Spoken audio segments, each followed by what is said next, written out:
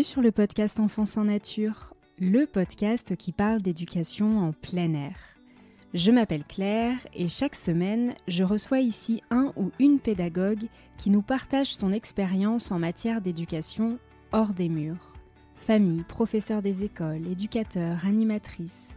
Ces conversations ont pour but de transmettre et diffuser des pratiques diverses et variées qui tendent toutes vers un objectif: permettre aux enfants de passer un maximum de temps en extérieur et plus particulièrement au contact de la nature. Si vous souhaitez soutenir le podcast, n'hésitez pas à laisser un avis ou 5 étoiles sur votre plateforme d'écoute et surtout, à le partager autour de vous pour disséminer les graines de l'éducation en plein air. Je vous souhaite une très belle écoute.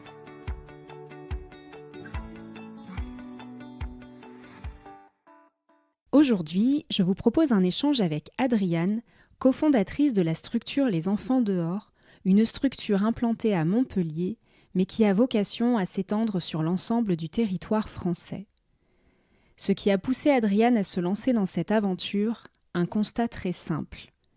En France, les villes ignorent totalement la place qu'occupent les enfants au quotidien, quand d'autres pays tels que les Pays-Bas pensent et agencent leurs rues et leurs aires urbaines pour et avec les enfants. Imaginez une aire de jeu naturelle gratuite en plein centre-ville, ouverte tous les jours, dans laquelle vous pouvez siroter un café, un livre à la main, pendant que vos enfants jouent librement et en toute sécurité pendant des heures. Le premier lieu débarque à Montpellier ce printemps et Adriane ne compte pas s'arrêter là.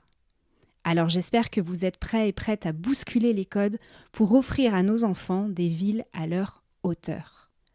Je vous souhaite une très belle écoute. Salut Adriane! Salut Claire! Je suis ravie de t'accueillir aujourd'hui pour parler ensemble d'une structure que tu as co-créée et qui s'appelle Les Enfants dehors.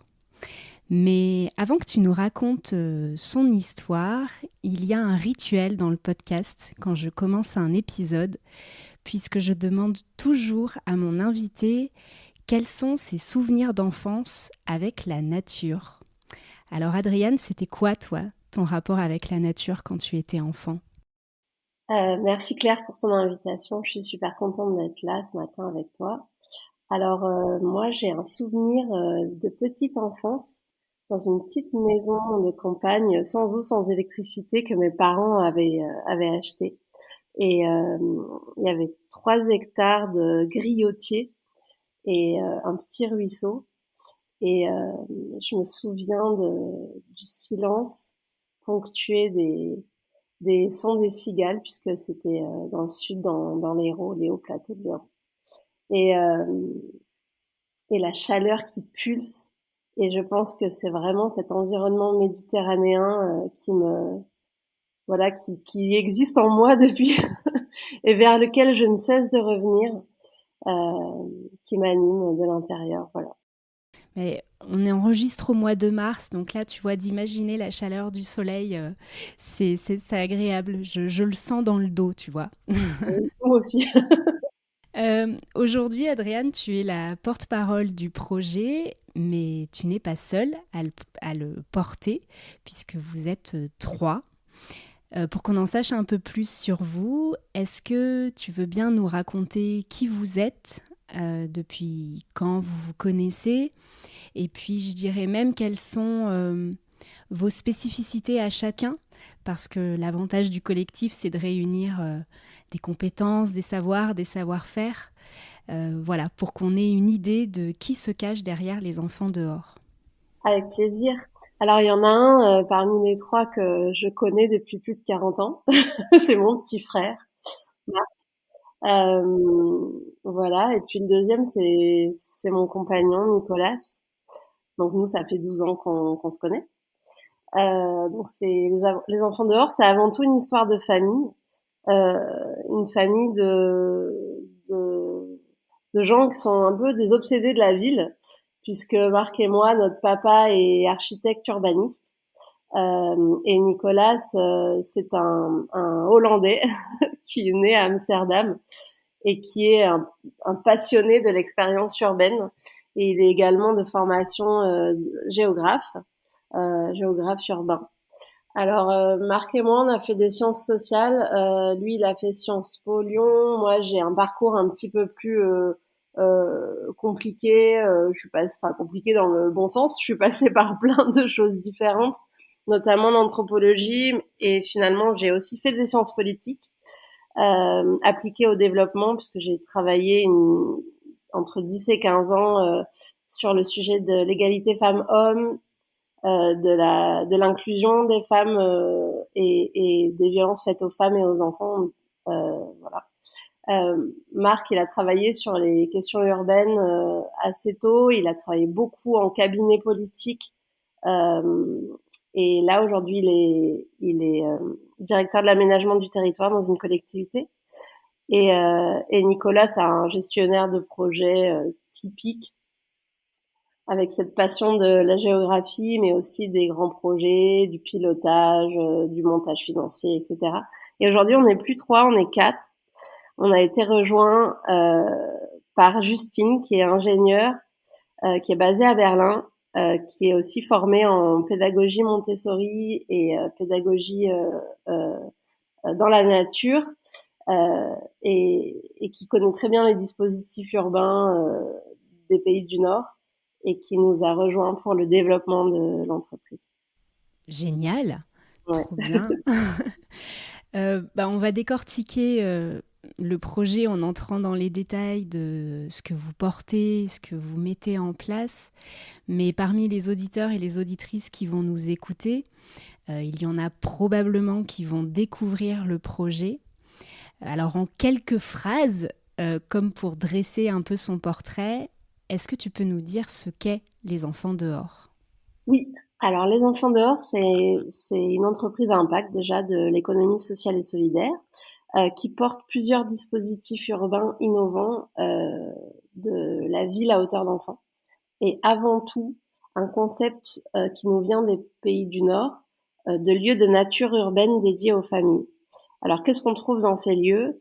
On trouve un café des enfants ouvert 7 sur 7, qui sert toute la journée une offre alimentaire et de boissons pour toute la famille, qui ouvre sur un espace de nature en ville gratuit, aménagé pour le jeu libre et le rapport au vivant. Voilà, donc c'est un dispositif en fait qui existe par exemple aux Pays-Bas dans tous les quartiers des villes néerlandaises. Et puis c'est assez simple hein, finalement. Ça peut se manifester voilà dans différentes formes, mais en fait c'est toujours un petit café où on peut laisser les enfants crapahuter au sol quand ils sont tout petits et puis explorer quand ils sont plus grands, qui ouvre sur une aire de jeu ou une ferme pédagogique ou une aire de jeu naturelle ou un espace de construction de cabane. Et en fait c'est une offre pour toute la famille. Voilà. Et puis, Les Enfants dehors, aujourd'hui, c'est aussi une agence qui conseille les villes pour qu'elles se transforment euh, afin de mieux accueillir les enfants et le vivant et la gratuité. Voilà. Nous créons aujourd'hui des aires de jeux naturels pour les villes, puis nous faisons des prestations de conseil. Et du coup, aux Pays-Bas, ce sont les villes qui créent ces espaces? Alors pas forcément, ça peut être les villes en elles-mêmes, ça peut être des associations de quartier. En fait, c'est pas un dispositif qui est possédé par une seule et même entité. C'est simplement une façon de faire la ville qui est un petit peu différente. D'abord, les villes néerlandaises ont un urbanisme un petit peu différent, c'est-à-dire qu'elles sont conçues, dessinées différemment pour accueillir la mobilité des enfants, les usages des familles, etc. Mais ces petits cafés avec air de jeu, en fait, ça peut être monté par toi et moi, quoi, si on a l'idée. Donc, y a des boîtes à outils qui sont disponibles en ligne. C'est un dispositif qui est assez commun. Je sais pas vraiment avec quoi on pourrait le comparer en France.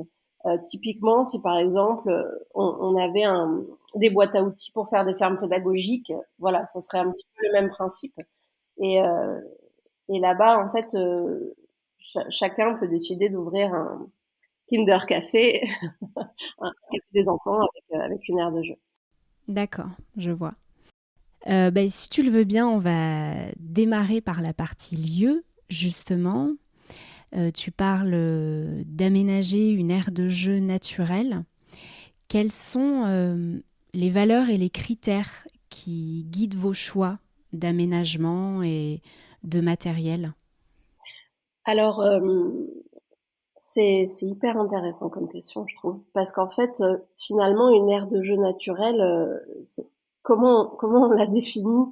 Moi, je dirais, on peut faire une aire de jeu naturelle devant sa porte, dans son jardin de résidence, avec très peu de moyens.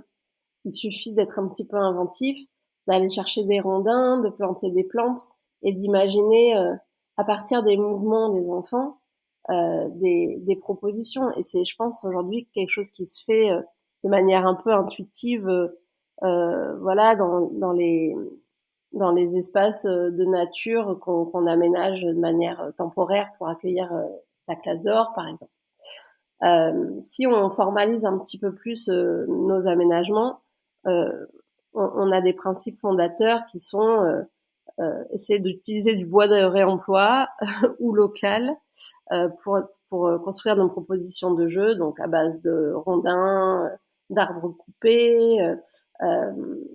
Voilà. Ensuite, on essaye, si possible, d'inclure le jeu avec tous les éléments. Alors le feu dans le sud de la France en ville, ça va être compliqué. Mais par exemple, à Montpellier, on a l'écolothèque qui est un accueil de loisirs plein air de la métropole et ils font souvent du feu. Euh, voilà. Et puis, et ensuite, c'est un lieu qui est co-construit avec les enfants, donc qui inclut la participation des enfants. Typiquement, un espace où les enfants peuvent venir mener des projets, construire une cabane en bois vivant, des circulations sensorielles, euh, construire des éléments de jeu par eux-mêmes, etc. Donc nous, on a formalisé notre aire de jeu avec une pompe à eau et des rigoles, des espaces de repos et de repli, une butte avec un tunnel et un toboggan, un espace de construction libre et un jardin. Mais à partir de là, on peut aller à peu près où on veut. Voilà. Ce qu'on n'a pas précisé, c'est que là, le premier lieu qui est en train d'être aménagé, il se situe à Montpellier. Est-ce que, en dehors de ces aménagements de terrain, est-ce qu'il va y avoir du matériel mis à disposition libre des familles? Je pense à, je sais pas, des outils de bricolage, de jardinage, s'il y a un coin potager. Absolument. Alors, bah, tu t'en doutes, c'est une phase de test, hein, notre première année, parce que c'est nouveau. Mais alors déjà, des pièces libres seront disponibles, donc des loose parts, dans l'espace tout petit. Oui, je t'ai pas précisé qu'on a un espace tout petit aussi avec un bac à sable nature et une mud kitchen proche de la terrasse des parents. Donc des pièces libres. Des pièces libres seront dispo dans l'espace qu'on appelle terrain d'aventure naturelle, mais c'est pas vraiment un terrain d'aventure tel que le font d'autres acteurs.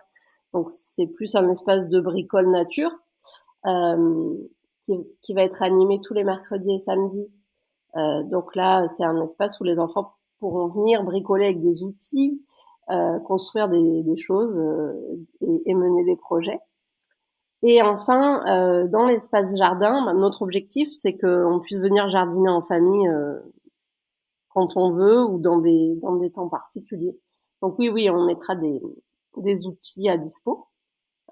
Comment, on ne sait pas trop encore pour la partie jardin, mais bon, on a quelqu'un sur le coup, on a une super membre de l'asso qui s'appelle, euh, de l'asso qui anime le lieu qui s'appelle Valentine et qui a beaucoup de projets en gestation. Heureusement qu'elle est là. Voilà. Ouais, mais justement, j'allais te demander, parce que là, c'est un peu la pédagogue par la nature qui pose la question. Quand on amène des enfants en nature et qu'on laisse une grande part au jeu libre, y a toujours un moment où il faut derrière ranger, remettre en place, etc. Et du coup, là, j'ai une question logistique qui me vient en t'écoutant. C'est est-ce qu'il, du coup, il y a des personnes qui vont être un peu gardiennes du lieu, parce que s'il est accessible gratuitement tous les jours.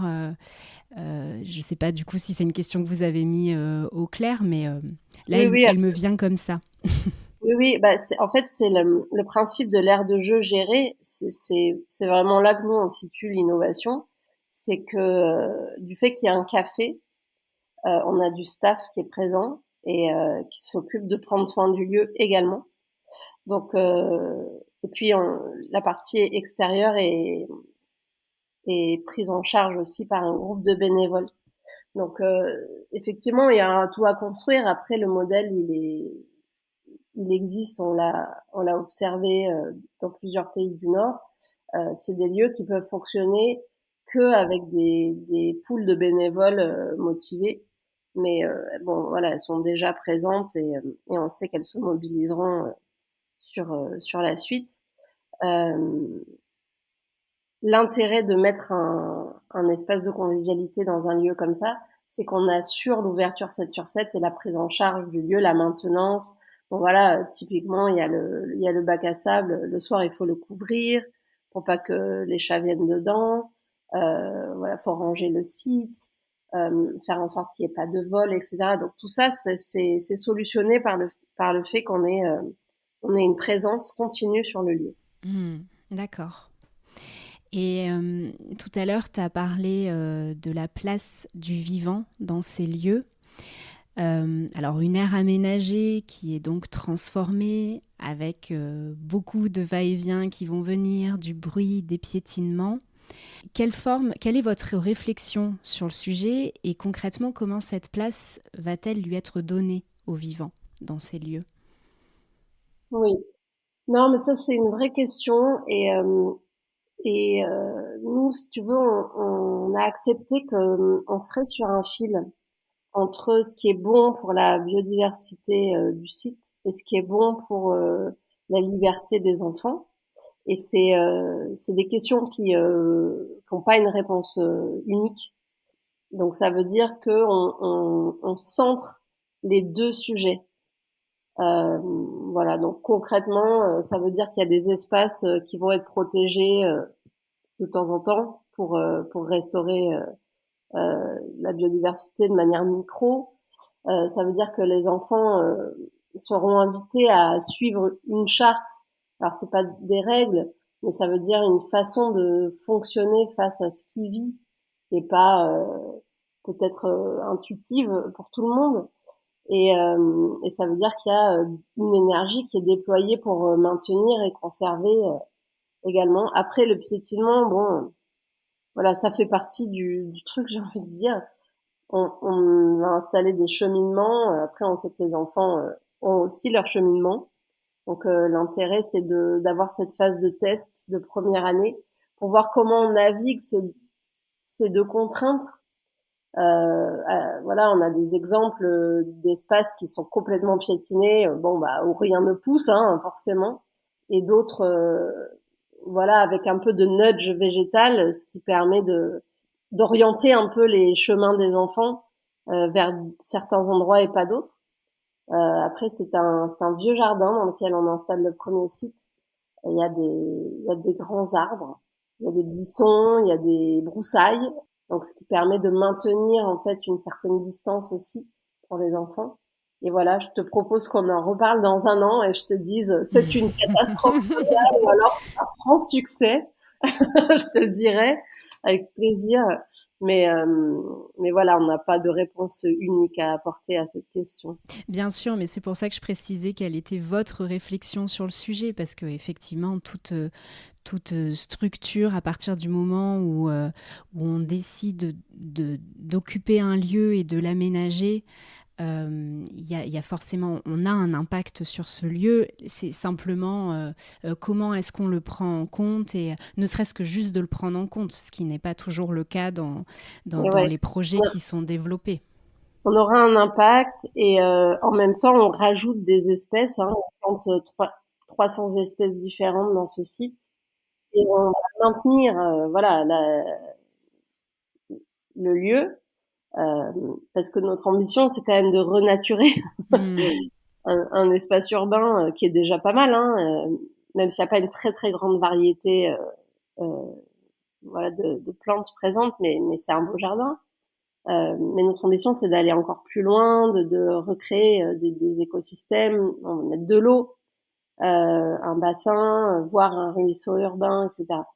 Mais je trouve que c'est une question qui est hyper fertile parce que comment est-ce qu'on permet le jeu partout, tout en permettant que le vivant ait la place centrale. Enfin, tu vois, je trouve que c'est hyper excitant en fait comme challenge. Carrément. Ouais. Et du coup, comment se sont passées les recherches de lieux? Comment vous l'avez trouvé, ce lieu? Et je vais pousser la question, comment est-ce que la ville de Montpellier a-t-elle accueilli votre projet? Alors écoute, ça a duré 3 ans. Hmm. On vient d'avoir le bail. Euh, Ça a été dur, hein. Franchement, ça a été dur parce que on avait choisi en fait cette modalité d'implantation qui est de co-construire avec les villes. On aurait pu faire autrement. On aurait pu partir sur du 100% privé, c'est-à-dire on loue un bâtiment, enfin un resto quoi, un café, avec on essaye de trouver un café avec un espace vert derrière. Ça existe, hein. Mais on avait envie de faire ça avec les villes aussi parce que ça permet d'assurer une gratuité. Ça nous tenait à cœur que notre proposition soit pas une proposition réservée à certains et pas d'autres. Parce que les banques, tu sais, elles veulent pas payer pour des choses gratuites. Hmm. Donc voilà, nos aménagements, s'il avait fallu les valoriser, on n'aurait pas pu garder cette dimension de gratuité. Donc bon, voilà, c'était exclu quoi. Donc, on a sollicité la ville de Montpellier pour un site qui comprenait toutes les dimensions dont on avait besoin pour installer cet espace innovant. Et la ville a lancé un appel à manifestation d'intérêt concurrentiel et on a répondu et on a croisé les doigts et on a gagné. Et après, ça a encore pris hyper longtemps pour figurer exactement ce qu'on allait devoir prendre en charge nous et comment ça allait se passer, combien le loyer coûterait, parce qu'on a un loyer. Hein. Voilà, et ça y est. Ok, c'est faut tenir. De toute façon, tu vois, c'est aussi pour ça que je te pose la question, c'est qu'on sait que, enfin, c'est tous les projets innovants et notamment qui touchent à l'éducation en France, c'est pas aujourd'hui, c'est pas quelque chose qui est mis en priorité par les villes, par les communes de manière générale. Évidemment, il y a toujours des exceptions, mais moi, pour être dans une asso, pour avoir co-créé une asso, ça fait 2 ans qu'on cherche un lieu pour une école de la forêt et on galère et on a des hauts, des bas, il faut expliquer, réexpliquer.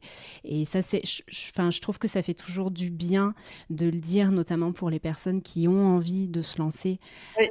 que ça fait partie en fait du processus et que ouais, ça peut être long, mais ça peut aussi du coup aboutir à des choses qui se concrétisent, quoi. Non, je te rejoins, mais alors à 1000%. C'est hyper dur. Moi, je le dis comme ça, les gens le sauront. Hein, j'ai failli jeter l'éponge 10 fois, quoi, Mm. voire plus. Heureusement que j'avais des associés, des soutiens, mais surtout, avant tout, les familles concernées. Ouais. Parce que sans elles, en fait, j'aurais pas tenu, moi. Parce que c'est moi qui porte le projet principalement. Les garçons sont là vraiment au niveau stratégique, bon, financier, etc. Mais même si la ville de Montpellier est très engagée dans la ville à hauteur d'enfant, que les élus sont vraiment, j'allais dire presque visionnaires, etc., ça n'empêche pas que le chemin est vraiment semé d'embûches, parce que, comme tu le disais, ce sont des projets innovants qui touchent à l'enfance, et qu'en France, on a une vision de l'enfance en silo. Voilà, les enfants, ils sont gardés dans tel type d'environnement, etc. Bon, bref, On a une vision de l'enfance selon les dispositifs qui existent déjà. Et si tu veux, pour utiliser un langage start-up qui a pas forcément sa place ici, mais bon, c'est pas grave, à défaut d'un autre mot, si tu veux disrupter ton secteur, et ben encore plus que dans d'autres secteurs, tu te heurtes vraiment à de l'immobilisme, voire de l'hostilité. Parce que aussi, là c'est mon côté égalité femmes-hommes, hein, je vais le dire, c'est pas grave. Il y a quand même beaucoup d'hommes qui sont aux manettes des prises de décision, et les hommes sont des anciennes générations, se sont pas forcément occupés de leurs enfants. Donc ils sont pas vraiment conscients des besoins des jeunes parents aujourd'hui, tu vois. Voilà, ça c'est mon, c'est mon côté radical mais assumé.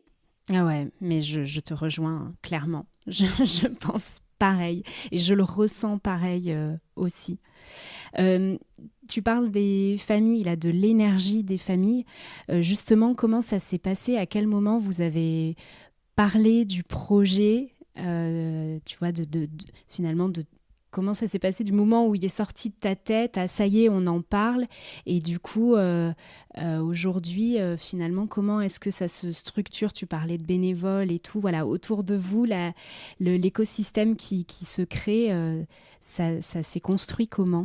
Alors, moi j'ai très vite sorti le projet de ma tête. Je dis ça aussi pour les personnes qui vraiment ont envie de se lancer dans un projet de ce type. N'hésitez pas à en parler. Enfin, c'est, il faut en parler tout de suite, le plus vite possible pour justement créer des synergies, rencontrer des gens. Même si c'est dur de sortir son bébé quelque part de sa tête, faut y aller quoi. Parce que en fait c'est toujours positif. Donc nous, on a très vite parlé de ce projet comme si c'était une réalité. En fait, on n'a jamais eu aucun doute face à la réalisation et à l'essaimage aussi de ce dispositif par nous, par d'autres. Donc, on a tout de suite fait un festival qui est très réputé dans notre région, qui s'appelle Abracadabra, où il y a beaucoup de familles qui viennent. On est allé tester. Donc, on a fait un stand de cabane euh, avec les enfants et leurs familles, et ça a tellement bien marché. En fait, on a eu tellement de retours positifs. Voilà, je te jure, quand tu es dans une situation d'hostilité, comme je te disais tout à l'heure, et qu'il y a tant de retours positifs de ta communauté espérée, en fait, tu peux te nourrir, voilà, mentalement pendant des mois sur ça, parce que c'est tellement fort de voir les enfants rester 3, 4, 5 heures parfois sur le stand à jouer avec l'eau, à construire des cabanes, à faire de la bricole nature, et les parents nous dire bah, je m'embête presque, je sais pas trop quoi faire, je suis là sur ma chaise longue. Et toi, t'es là, yes, j'ai réussi. Mm. L'expérience qu'on veut, c'est vraiment celle-là, c'est apporter un soutien aux parents tout le temps. Parce que c'est tellement dur d'être parent aujourd'hui en Mm. ville, enfin même à la campagne, je veux dire, c'est tellement, comme le dit Anna Roy, la sage-femme, c'est une telle déflagration dans nos vies, et on est si seul, on est si déconnecté de la communauté qu'on devrait avoir. Enfin, le besoin, il est tellement profond en fait, une telle pénurie, voilà, de cette connexion que quand elle arrive, ben on est satisfait à un endroit presque on savait même pas qu'il existait cet endroit-là. C'est celui de la connexion et de la communauté. Donc oui, moi voilà, je suis vachement nourrie de ça. Donc pour les bénévoles, ça se fait petit à petit. On a lancé un appel à bénévoles. On a un petit groupe qui s'est manifesté. Aujourd'hui, on a quelques personnes qui sont un peu piliers. Je te parlais de Valentine. Voilà, il y a quelques personnes dans notre entourage professionnel proche qui se sont inscrites comme des piliers sur lesquels, sans lesquels on ne pourrait pas agir en fait, et qui sont manifestées vraiment par elles-mêmes. Et je trouve que c'est ça les plus belles rencontres. Et là, on est en train de commencer le chantier. Il y a des gens du quartier qui arrivent. Voilà, je pense à un monsieur, bon, je dirais pas son nom, mais qui s'est, qui commence à parler du projet sur les réseaux sociaux et qui défend le projet parce que les gens, les résidents, parce qu'il faut savoir que le lieu est entouré de bâtiments assez hauts. forcément, les gens sont un petit peu inquiets. Il va y avoir une réunion publique, etc. Le monsieur leur a dit, il va y avoir des grenouilles. Les gens étaient là, quoi, des grenouilles? Mais ça fait du bruit. Et il a dit, bah, moi, je préfère les grenouilles que les moustiques, forcément. Et donc, vraiment, il s'est mis à défendre le projet. Et voilà, il y a une vidéaste qui travaille dans le quartier, qui a envie de faire un documentaire. Et ça se passe souvent comme ça, en fait. Quand on lance un projet, qu'on est aligné avec les besoins des gens, avec soi-même, les gens arrivent, les bonnes personnes arrivent. C'est peut-être un peu ésotérique de dire ça, mais je pense que aujourd'hui, on a tous envie d'améliorer notre environnement, de participer, de faire entendre notre voix, euh, d'être acteur de sa propre vie. Et je pense qu'il nous manque beaucoup des espaces de proximité ouverts à tout moment où on peut venir faire quelque chose. Sans inscription, sans prévoir à l'avance, juste en suivant nos impulsions, nos envies.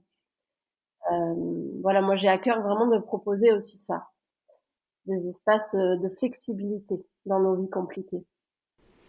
Ouais. Je voulais rebondir, enfin ajouter un petit truc quand tu parlais de l'énergie des familles euh, pour le appuyer auprès des personnes qui nous écoutent. Moi, avant de créer une asso, j'avais jamais trop mesuré l'impact que peut avoir un merci ou on est derrière vous, c'est génial, juste un petit mot de temps en temps. Et c'est vrai que, parce que voilà, on est dans nos vies, tête baissée, qu'on se structure tous. Et du coup, on prend pas forcément le temps. On sait qu'il y a des projets qui se construisent à côté, mais on les trouve chouettes, mais juste un petit mot de temps en temps, vraiment. Ça, que ce soit une personne qui se lance dans un truc nouveau, ou une structure, un collectif, quand on, quand on partage des valeurs, quand on adhère et surtout on a envie que ce projet se concrétise, moi j'invite vraiment les gens à le dire, à l'exprimer. Et parce que, comme tu le disais, c'est ce qui fait avancer beaucoup les porteurs et porteuses de projets et qui permet de garder le cap malgré les difficultés qui peuvent être rencontrées, quoi. Voilà, je voulais Ouais, le rajouter. absolument, absolument, t'as 100% raison. Euh, pour en revenir à la ville, tu parles d'aménager des villes à hauteur d'enfants. En dehors d'une aire de jeu naturelle, est-ce qu'il y a d'autres espaces à créer ou à modifier dans nos villes? Alors, tu me lances sur le sujet, j'ai beaucoup à dire. Bah déjà, faut enlever les voitures. Non, non, mais enfin, il y a des stats qui disent que une voiture occupe la place de 7 enfants qui jouent, qu'elles soient en mouvement ou garées. Donc déjà, ça fait sortir les yeux de leurs orbites un peu. Nos villes sont extrêmement dangereuses, hein, c'est pour ça qu'il y a plus d'enfants. On a fait une petite enquête, on a analysé les obstacles principaux au fait de laisser les enfants jouer dehors en ville. La voiture, c'est le monstre. C'est impossible en fait de laisser nos enfants jouer dehors en ville avec leurs copains. Il y a- ils sont en danger de mort, nos enfants, tous les jours. Donc voilà, j'accentue un peu mon propos afin de faire prendre conscience. Je pense que enfin la totalité des parents qui nous écoutent sont déjà au courant, hein, mais enfin je le dis quand même. Donc voilà, les voitures, c'est le sujet auquel il faut s'attaquer, n'en déplaise à ceux qui aiment la bagnole, si vous voyez ce que je veux dire. Voilà. Donc ceux-là n'ont pas d'enfants. Bon, en tout cas, ils s'en fichent apparemment de la vie des enfants. Ensuite, bah, nos villes sont sales. Hmm, c'est C'est clair. pour ça qu'on veut pas que les enfants jouent parce que bah, je suis désolée pour les toutous, j'adore les toutous, mais bon, c'est la raison principale qui nous empêche de laisser les enfants rentrer en lien avec le vivant en ville, parce qu'il y a des déjections canines, et ça aussi j'insiste beaucoup, lourdement parfois, mais bon, c'est comme ça. Et, euh, et puis, bah, il y a il y a le fait que on a peur des gens violents, quoi. Donc voilà, ça c'est un peu nos obstacles à nous parents. On dit il faut travailler sur les parents, mais les parents ils ont peur, en fait. C'est ça qui les empêche. Ensuite, nos villes sont pas conçues pour laisser les enfants jouer librement. Alors pour le prendre de manière positive, c'est quoi une ville qui permet aux enfants de jouer librement partout tout le temps? C'est une ville où il y a des espaces laissés au jeu partout, j'ai envie de dire. Hein. Je prends pour exemple Amsterdam parce que c'est une ville que j'ai beaucoup étudiée. L'urbanisme du jeu à Amsterdam, il existe depuis après-guerre. Et en fait, on a pensé tous les espaces, un peu les no man's land de la ville, donc les coins de rue, les ronds, enfin ce que eux n'ont pas hein, forcément les ronds-points, les entre-deux quartiers, les entre-deux immeubles, etc. Tout ça, c'est pensé pour le jeu. Donc chaque enfant amstelodamois est à moins de 5 minutes d'une aire de jeu à pied. Donc ça, c'est pour dire à quel point les villes sont maillées par le jeu. Et puis ensuite, il y a le jeu informel, c'est-à-dire que sur la route des aires de jeu, il y a des opportunités de jeu. C'est-à-dire qu'on est capable de jouer avec notre environnement, que ce soit parce qu'il y a des sculptures sur lesquelles on peut grimper, des prises d'escalade sur les murs, des espaces de potager sauvages un petit peu partout. Et du coup, en fait, la ville, elle est accueillante pour le jeu des enfants, parce que le jeu des enfants, c'est pas forcément dans une aire de jeu. Il peut se passer partout. Enfin, l'enfant, il a pas besoin qu'on lui dise comment jouer, en fait. Voilà. Et puis, donc, je parlais de mobilité. Donc, ce sont des villes qui permettent aux enfants de se déplacer seuls ou en groupe, sans danger. Et donc ça, je pense que c'est un curseur qu'il faut se mettre collectivement, c'est-à-dire il faut plus qu'on construise des villes où les enfants sont coincés en fait, sont ségrégés parce que voilà, là aussi je suis radicale à dessein. Le fait de construire des espaces dédiés uniquement aux enfants et puis le reste de la ville ne leur appartient pas, c'est une forme de ségrégation spatiale à laquelle il faut mettre fin. Hmm. Voilà, une ville qui ne ségrègue pas les enfants, c'est une ville qui permet aux enfants de sortir de chez eux et d'aller taper chez un copain à 10 minutes à pied sans être en danger 30 fois parce qu'il y a une intersection hyper dangereuse. Et puis, les villes des enfants sont aussi les villes où la participation des enfants est encouragée, voire indispensable. Alors, Montpellier s'est lancé dans cette dynamique. La dernière fois, j'étais au laboratoire de la ville des enfants de Montpellier qui était en train d'être lancé et je pense qu'il y avait une majorité d'enfants. Et je pense que c'était la première fois que je voyais autant d'enfants dans un espace, enfin j'allais dire sous les ors de la République, c'est un peu ça, hein, c'était la salle du conseil municipal et les enfants étaient quasi en majorité à donner leur avis et interpeller l'équipe municipale. Donc ça c'est très bien. Ça veut dire que dans chaque presque, alors si on veut être utopiste, on peut se dire que dans chaque projet d'aménagement, les enfants auraient une part, auraient une place, a seat at the table, une place à la table. Voilà, ça c'est la ville rêvée de demain pour nous. Bah ouais, mais ce sont les rêves qui nous font avancer et qui, je veux dire, un rêve, si on l'a, c'est aussi qui peut se réaliser. Donc, ayons-les, ayons-le, ce rêve. Ouais. Mais c'est vrai que tu vois, quand je t'écoutais, moi j'habite dans une commune de 6 000 habitants. Je passe majoritairement du temps en forêt et en montagne parce que c'est l'environnement naturel qui m'entoure. Je suis hyper à l'aise, donc là je parle en tant que parent, je suis hyper à l'aise avec ma fille depuis qu'elle est toute petite, dès qu'on va en pleine nature. Quand on est en ville, je suis en stress permanent et je passe mon temps à lui dire ralentis doucement parce que j'ai la trouille des voitures. Elle a encore, tu vois, elle a 2 ans et demi, donc par moment elle est encore en speed, elle est capable de courir sur la route parce que elle se rend pas compte encore du danger. Et oui, la ville est un endroit hyper stressant pour les parents. Et je souriais, pas de plaisir, mais je repensais une fois, tu parlais là des crottes de chien, ma fille qui était à quatre pattes dans l'herbe quand elle était toute petite et qui se tourne vers moi et elle avait tu vois, de la merde de chien sur la main, quoi. Et là, tu te dis, non, mais c'est pas possible, on est dans un parc, il y avait plein de familles, tu vois. Et là, tu te dis, Ouais. mais non, c'est pas. Comment tu veux savourer ton moment? Du coup, bah, j'étais derrière, t'es tout le temps en train de regarder, de vérifier et tout. Et en fait, la liberté des enfants, elle est pas possible dans ces Ouais. lieux-là. Et du coup, la liberté des parents non plus. Parce que quand tu es en vigilance tout le temps, c'est fatigant et tu profites pas de ce moment en plein air, quoi. Je trouve que tu l'as dit très très bien. Tu l'as résumé admirablement.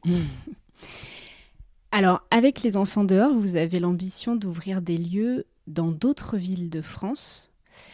Comment est-ce que vous envisagez que les choses se passent? Est-ce que c'est vous qui prospectez? Est-ce que ce sont les habitants des villes qui doivent en être à l'initiative? Alors nous, on aimerait que qu'il y ait des cafés des enfants avec aire de jeu naturel partout. Mais je pense pas qu'on va tous les faire parce que c'est vraiment crevant. Faut qu'on trouve des super investisseurs impact qui sont motivés avant tout par la gratuité. C'est compliqué. Mais qui sait? Voilà, s'il y a des mécènes qui nous écoutent, on cherche aussi. Alors nous, on n'a jamais prospecté, donc c'est pour dire que vraiment le sujet, il anime beaucoup de gens. Et j'encourage ici les gens qui écoutent à vraiment prendre des initiatives, à se lancer, à ne pas avoir peur. Ça, c'est le moment, quoi. Donc nous, on a tout de suite des acteurs de la fabrique de la ville. Donc c'est pour le dire un peu plus clairement, ce sont des promoteurs, des aménageurs et des collectivités ou des architectes, etc., des groupements, des entreprises générales, enfin tous les gens qui fabriquent en fait ou bien des opérations immobilières, des nouvelles résidences, ou bien des bouts de ville, donc des quartiers. Aujourd'hui, les aménageurs fabriquent des morceaux de ville. Donc tous ces gens sont venus nous voir pour nous dire ah ben on vous verrait bien là dans cette nouvelle opération, etc. Donc au début on s'est dit waouh trop bien parce qu'en fait il y avait quand même un sujet, hein, c'est que nous on réclame un espace énorme pour les enfants, un espace énorme, enfin pas si énorme que ça parce que quand on pense aux Pays-Bas les espaces de ce type ils peuvent faire jusqu'à 2 hectares en ville. Waouh! Ouais. Nous on est parti de là. On a vite entendu qu'en France c'était pas possible. Hmm. Pas dans les villes.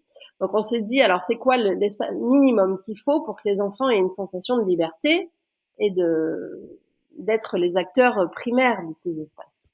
Donc on est descendu à 2500 mètres carrés. Mais 2500 mètres carrés en ville, punaise, c'est pas facile à trouver, hein.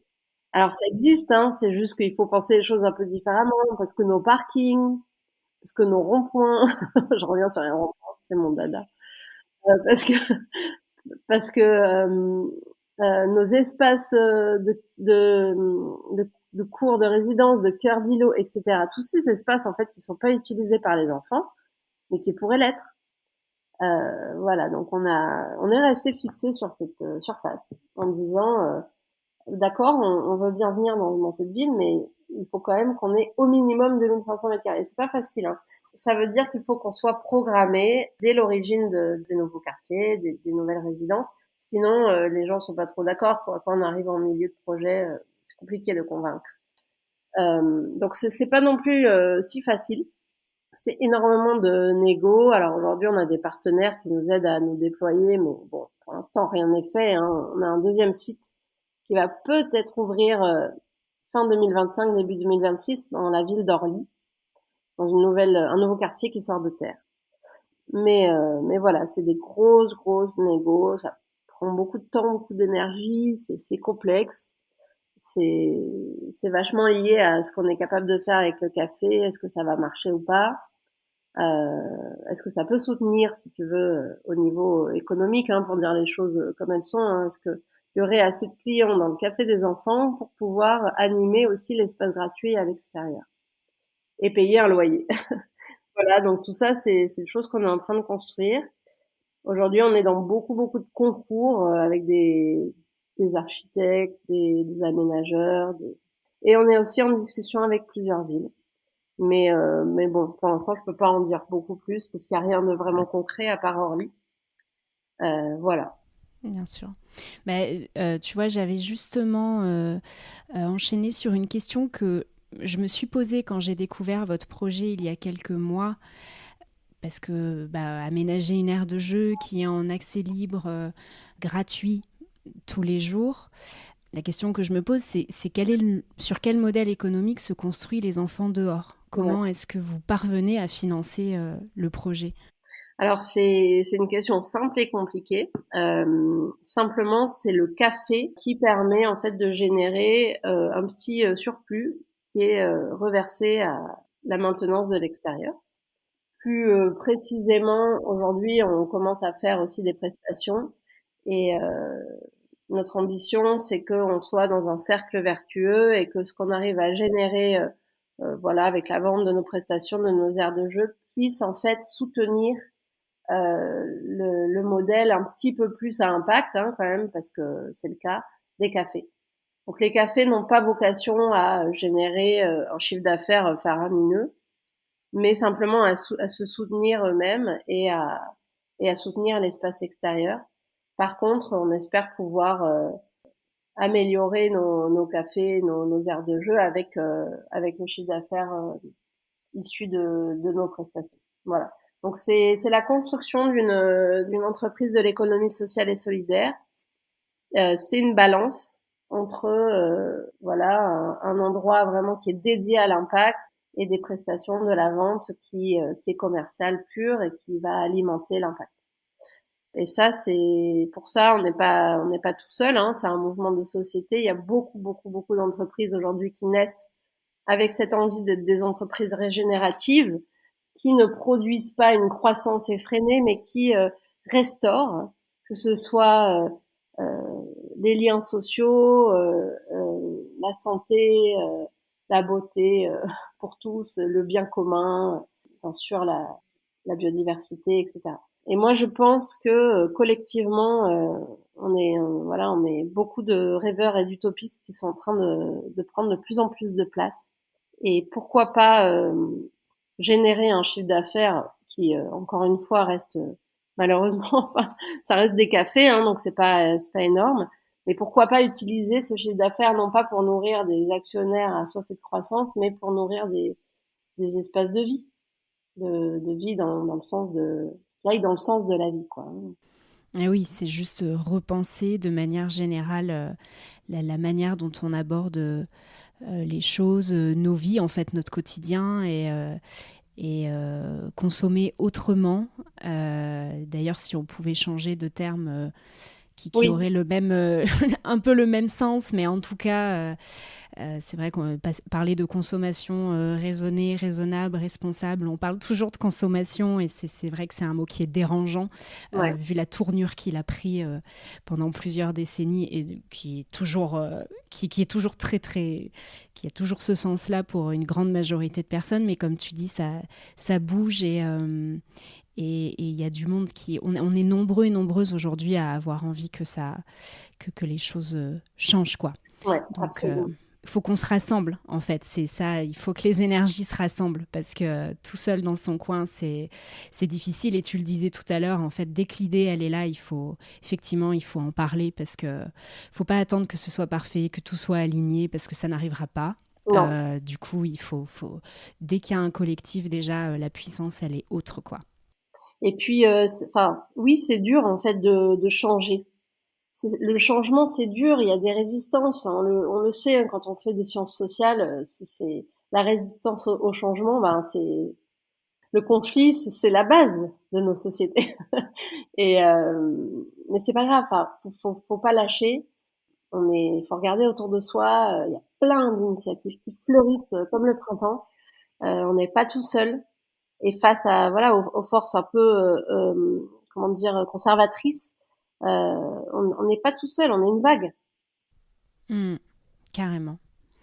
Adriane, nous arrivons à la fin de notre échange, mais avant de nous quitter, est-ce que il y a une manière concrète de vous aider dans le développement de ce projet? S'il y a quelqu'un qui nous écoute et qui a envie de vous soutenir, comment est-ce qu'elle peut faire? Alors, il y a plusieurs petites manières. Vous pouvez faire un don à l'association qui va animer le lieu, Aux enfants la ville, sur Hello Asso. C'est toujours chouette, ça permet d'acheter des outils de jardin, voilà, des plantes, etc. Aujourd'hui, on recrute notre Dream Team. On cherche une manageuse pour le site, pour le resto, et toute l'équipe de restauration. Donc, n'hésitez pas à postuler. Les offres sont sur Pôle emploi. Et puis, voilà, si vous voulez vous rendre utile en tant que bénévole, on vous accueille à bras ouverts. Il y a de la place pour quiconque voudrait s'impliquer dans le projet à tout niveau. Et si vous voulez faire un stage dans le côté entreprise, n'hésitez pas. Alors aujourd'hui, on peut pas recruter, hein. Nous, on est principalement encore bénévoles, hein, dans cette entreprise, mais on le pourra très bientôt. En tout cas, n'hésitez pas. On accueille aussi des stagiaires, voilà. C'est tout, hein, pour l'instant. Mais venez nous voir dès qu'on aura ouvert. On sera super content de vous servir un café pendant que vous chillerez sur des chaises longues pendant que les enfants jouent. Et justement, là, vous avez commencé le chantier, ça y est, sur Montpellier. Est-ce qu'il y a une période approximative d'ouverture qu'on peut communiquer, en sachant qu'un chantier, on sait que c'est toujours aléatoire, mais... Ça. Bah, à la base, on voulait ouvrir le 21 mars. On va ouvrir le 21 mars pour faire les plantations avec les enfants. Mais le lieu lui-même, alors on met une fourchette avant la fin du printemps, on va dire. Voilà. Ok, Ouais. très bientôt, dans quelques semaines. Ouais, dans quelques semaines. Trop bien.